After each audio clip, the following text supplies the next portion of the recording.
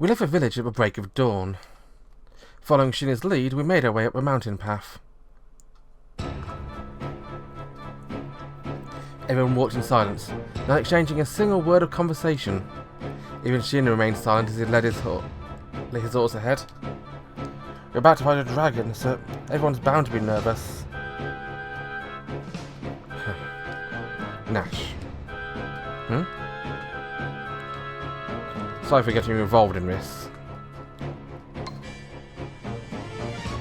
I still didn't got me involved in it. Huh? What are you talking about? Ah, no, nothing. Now then, we should be there soon.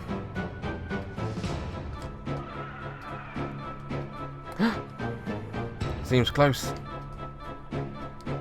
Guess we'd better hurry then. If he flies off to a village, this will have been a pointless trip.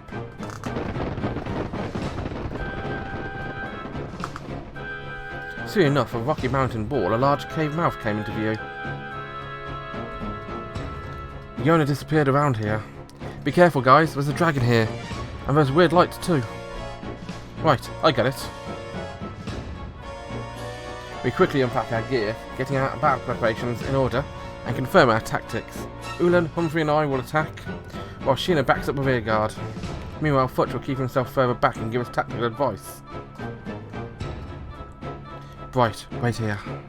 I don't want you to see this.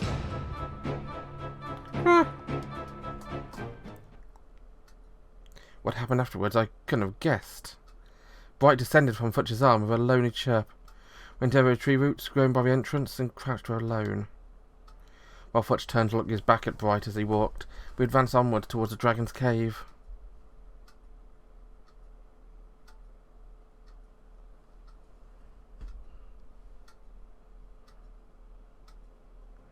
We cautiously advanced towards the cave. Inside was some sort of faintly glowing moss. Enough that we no longer needed any torches. Nonetheless, we all began to feel a growing sense of unease as we moved on. A small cave like this isn't really suitable for fighting in. We'd be able to move around freely outside, but in here we got a huge handicap. According to Sheena, it would widen in a bit once we got further in. That's probably where the black dragon's lying in wait. No, wait. Let me rephrase that.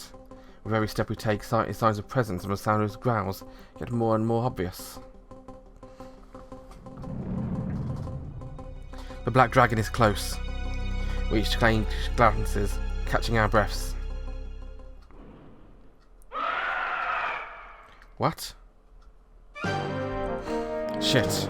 It knew we were coming. The black dragon suddenly rushed out, opening its jaws wide to breathe fire on us. Run! Everyone dispersed immediately, dodging the fireball shot by the rather derpy-looking dragon.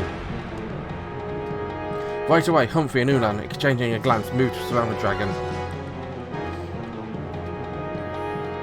Futch, look at the dragon. Are you getting any ideas? It looks like it's still young. 2, maybe 3 years old.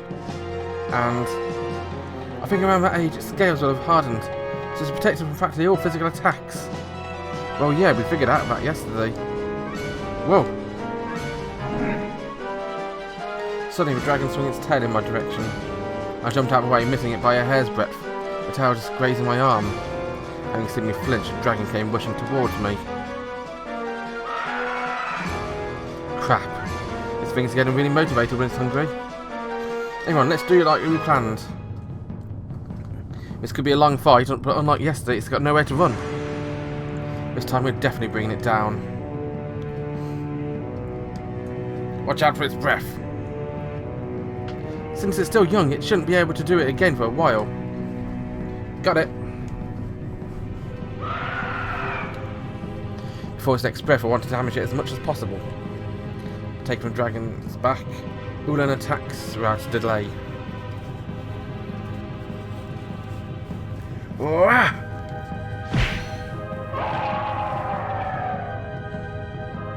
Ulan's attack hits the black dragon's flank dead on. No matter how much of its body is covered with hard scales, this will be a weak spot. Ulan is hitting it with precise blows, and the black dragon turns to fend off Ulan's continuous attack. Humphrey raises his great sword.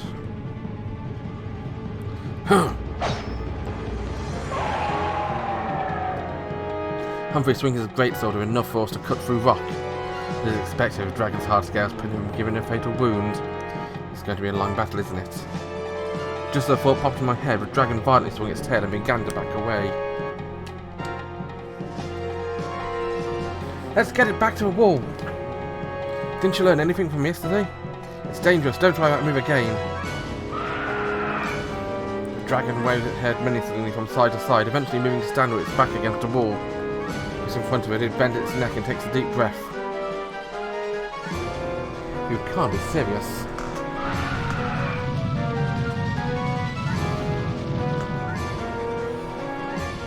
The dragon opened its mouth wide, and in an instant, the cave was filled with scorching flames. That was close. If I'd been late to dodge, my entire body would have probably been burnt to a crisp. Hey, wait a minute. Isn't what you said? Wasn't it supposed to not be able to use its breath for a while? That... it shouldn't be. It grew up in the wild, of course. It's got bad manners compared to a normal dragon. This isn't the time for your wisecracking. I don't want to hear that from you. You can feel the dragon's glare as it turned its head to look at us. The temperature in the cave has risen considerably thanks to its breath. You can feel a chill run down my spine. It might be young, but this dragon standing before us might as well be the strongest thing in the world. Guys, step back. I'm going to use a talisman. I'm counting on this. I managed to coax Miss Jean into giving me the most powerful one she had. You have no idea how far I went yesterday to look for her. Shouting this, Sheena held up his talisman. Right now, this is all we've got. My hands are tied. We all jump back, waiting for Sheena to activate talisman. Here we go.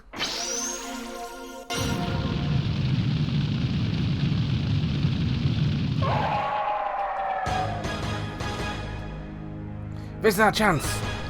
Hold on, wait. It's not taking any damage.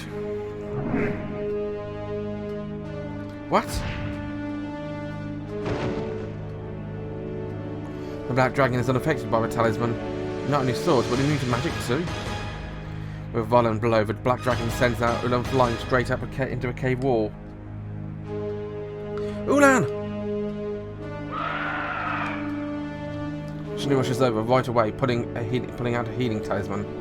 The black dragon doesn't miss this and comes rushing towards them. Stop! Seeing Humphrey suddenly force his way through, the dragon stops his charge. The thing seems to be pretty bothered. He looks over to his opponent, judging him with disdain. The black dragon keeps holding its ground right now is a good opportunity. Close your eyes! Humphrey! Got it.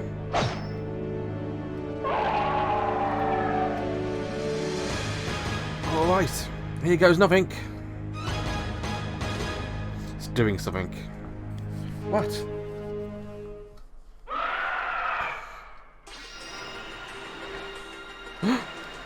There! That's the same light that took Jonah. She touched the light. She touched it and disappeared. What?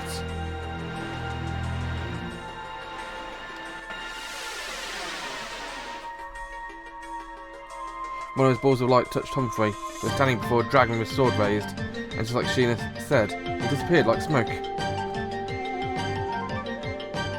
Sir Humphrey! Fudge! Say something! What the hell are these lights? Such power, I don't... Sheena! Get away from there, fast! The panic following Humphrey's disappearance, the men with balls of light had all begun to move towards Sheena and Ulan. As if they had a will of their own. I can't! Ulan, still can't move! Shit. Hold on, I'm coming! However, lights wrap around them just before I get there, and they vanish without a trace. It must take some incredible power to create those walls of light. The black dragon's movement is noticeably slowed. I can't tell if it's grown tired. Now might be a good time to take that bastard down, for use resourceful.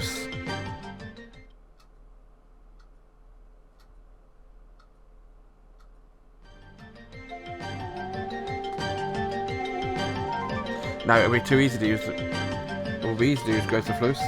Then it also. Sir Nash. What? To defeat that dragon, please help me. Fudge. He's in pain, but I can't help him. So, are you sure? Yes. If I don't do it, then Humphrey and everyone. But with just the two of us. It's something only dragon knights know, which we are forbidden to teach outsiders. Where the vital areas are of a dragon. This because there's no other way. Okay. I'll draw a bastard's attention and you grab that chance. Alright? I understand. Let's do this. After a moment's hesitation, I attack the black dragon when it's attempting to make rose black balls of light again, breaking its concentration. I won't be able to do that trick many times. And in that moment, the black dragon flinches. Futch and I both move at once. As I divert its attention and Futch stabs his spear at its back, the dragon counters furiously. Somehow staving off Futch's determined aim, easily hits its mark. Then I shoot a wire at the dragon's right foot, turning it around, and go around its left side, entangling feet in a wire.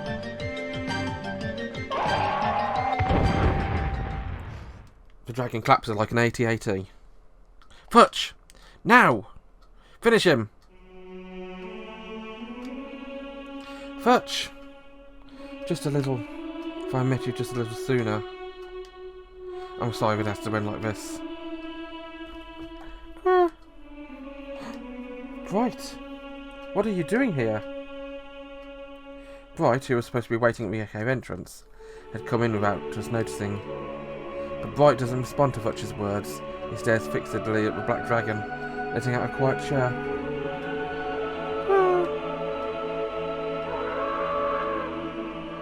As in response to Bright, the black dragon let out a weak sound of its own. The two creatures' voices gradually grew louder, and before we know it, the entire cave is echoing. And then... This is bad. That light again. Sir Nash! Please wait. Futch holds me back from trying to rush at the black dragon. As he does this, the balls of light start to fill the cave and the situation becomes drastically different to what it was moments ago. The balls of light aren't coming towards us, instead they're converging around the black dragon. The light! What the hell?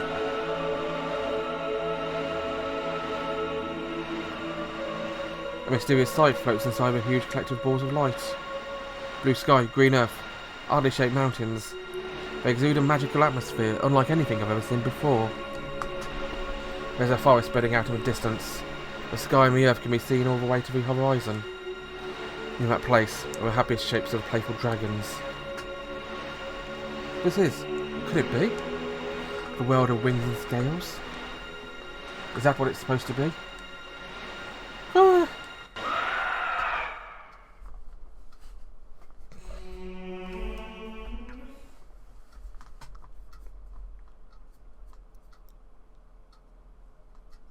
The black dragon's form started to disappear into that place. Suddenly the lights burst and the figure vanished. In its place, Humphrey, Ulan, Sheena, and the other missing people reappeared.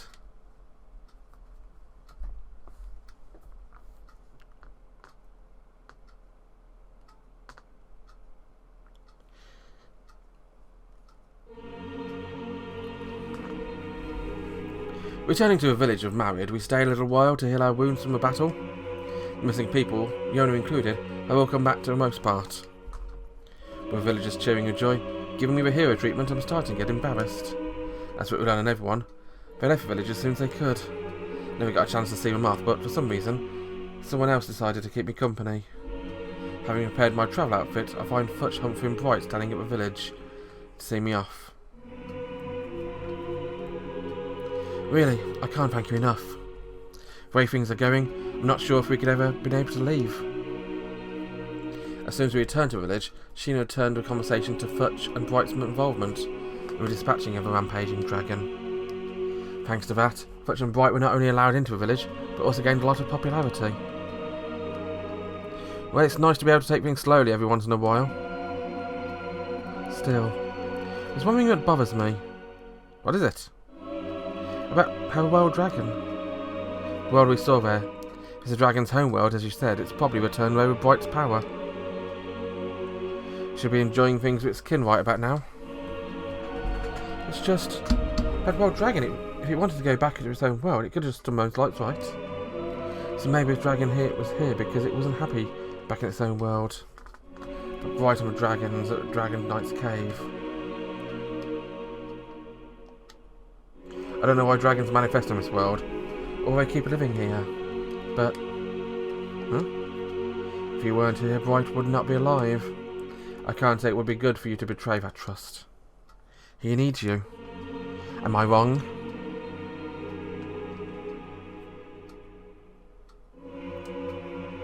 Futch and I share a look. In Futch's arm, Bright happily flaps his wings, nose twitching with a fresh breeze.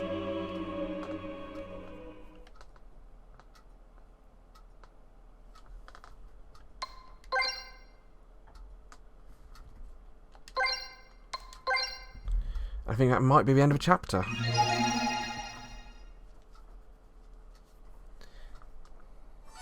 Indeed it is. The last episode of Final Truth. Well guys, I do realise, actually now I have been spoiled, that is actually a split chapter. That first choice at the very beginning is actually a split between two particular stories. And I also know the story I didn't get is a story I actually really wanted. So what I will be doing is, once I finish this one, I don't normally go back, but I will be using a guide to get enough points to do that other chapter and showing you that as well. But for now, it's time to go into the last episode of Final Truth. Well, it will be next episode. Thanks for watching. Have a wonderful day. Bye bye.